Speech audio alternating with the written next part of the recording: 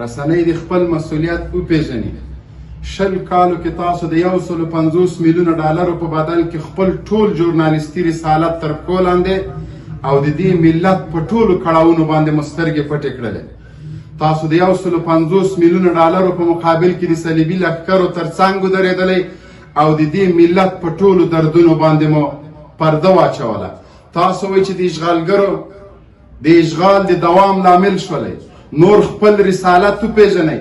خبردار له دې نه وروسته دا قهرېدلی، دا ویاړلی او دا په دین مین ملت د تاسو د دغه غلامو رسنیو د غلام فکر ژورنالستانو د اوتو باوتو زغم نه لري. د دې ملت د قهر له څپو سره به مخ شئ او ځان به نیست او نابود کړئ. د دې هیواد په بیا رغولو کې په سوله ییز ماحول جوړولو کې خپل رول ادا کړئ.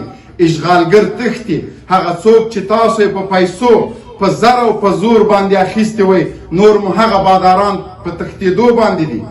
د دې افغانستان د مظلوم ملت تر څنګ ودرېږئ، حقایق درک کړئ. مونږ دا نه وایو چې طالبانو تلابي وکړئ، مونږ دا وایو چې د اشغالګرو د هغوی د مزدورانو د هغوی د ګوډاګیانو له څنګه لرې شئ. خپل ژورنالیستیک رسالت په هغه طریقې باندې ادا کوئ چې کومې تاسو تبلیغ کوئ.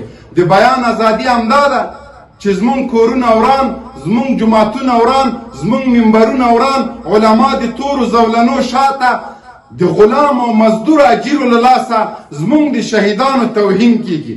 نور بس ده، په دې ملت رحم وکئ. خبردار دا به وروستی د قهر او د غضب څپه وي. له دې نه وروسته د افغانستان ملت زغم د دې نه لري چې د رسنیو د تشو تبلیغاتو تر تاثیر لاندې راشي. د اسلامي امارت په زعماو په نظامی کمیسیون باندې مو غږ دا دی د دې ملت لخوا نه، د دې ملت په نمایندګۍ چې دغه د سرطان ناسور ته متوجه شي. رسنۍ تهدید کې کله خپل دغه شمحه عمل نه لاس نه اخلي، نو نظامی هدف دی وګرځي. السلام علیکم ورحمت الله وبرکاته.